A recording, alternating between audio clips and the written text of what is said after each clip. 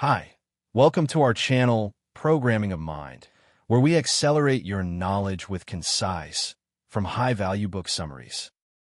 Let's begin problem solving together, not against each other. Once the truth has been spoken, once emotions have been shared and identities have been respected, the next step in any difficult conversation is figuring out what happens next. Many people make the mistake of thinking that once the words are out, everything will fix itself.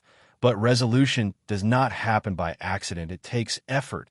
It takes intention. It takes the willingness to work together instead of working against each other. The real strength of any difficult conversation lies in the outcome, not just the discussion. It is about building a path forward that both sides can walk on with respect and purpose. A woman named Salma had been living with her roommate Layla for 2 years, and their friendship had slowly turned cold. Salma was frustrated by Layla's messiness. Layla felt Salma was too controlling. They had both complained to friends, but never spoken directly to each other. Finally, one evening, Salma said, "Can we talk? I don't want to keep feeling this tension." They shared their feelings without shouting or blaming. And then came the question, what now? That is when they began to rebuild. Instead of pointing fingers, they made a shared plan for chores, communication, and personal space. It wasn't perfect, but it was theirs, and it came from mutual understanding that shared effort made their home peaceful again. Problem solving begins with a mindset shift from me versus you to us. Together, when you stop seeing the other person as the enemy and start seeing them as a partner in solving a problem, everything changes. Instead of defending your position, you start asking questions like, what would work for both of us? What are your needs? And how can we meet them along with mine? These questions invite collaboration, not conflict.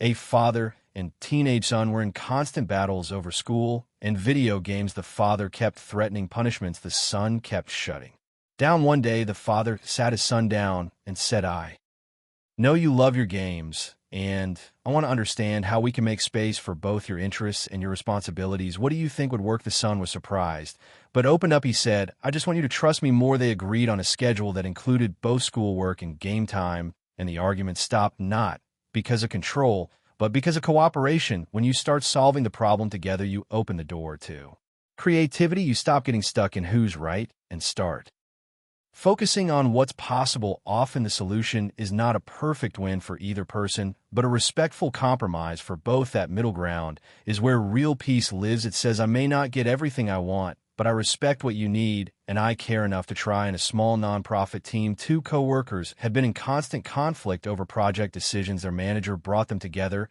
and asked each person to write down their main concerns and goals. Then they swapped papers and were asked to highlight 3 points they could agree with from the other's list. That simple exercise melted the tension. They realized they wanted the same outcome, just in different ways. From there, they began working together, not as opponents, but as allies. Problem solving also means being willing to revisit and revise agreements. People change, situations evolve, and what works today might not work tomorrow. Keeping communication open helps keep trust alive.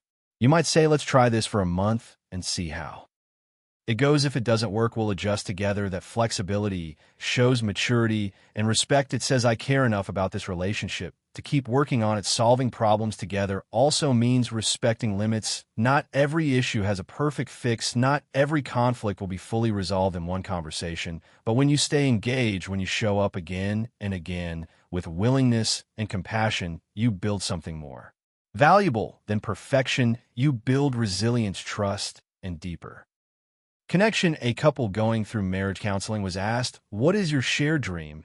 They had been arguing for months, but that question stopped them. Both said to raise happy kids and still love each other. After 20 years, that shared dream became their compass. From that point, every solution they discussed was measured against that vision. Is this helping us move toward that dream or away from it? That clarity brought unity, even in disagreement. Remember, the goal of a difficult conversation is not just to talk, but to build a new way forward, something better than silence, something better than blame, a path that is chosen together, walked together, owned together. Difficult conversations test your patience, your heart, your values, but they also give you the power to build something stronger than before, a deeper understanding, a more honest connection, a shared purpose, and that is worth every ounce of effort and courage it takes. Thank you for listening, and please like, the video and subscribe for more great upcoming content that will put you in top 1% people in the world.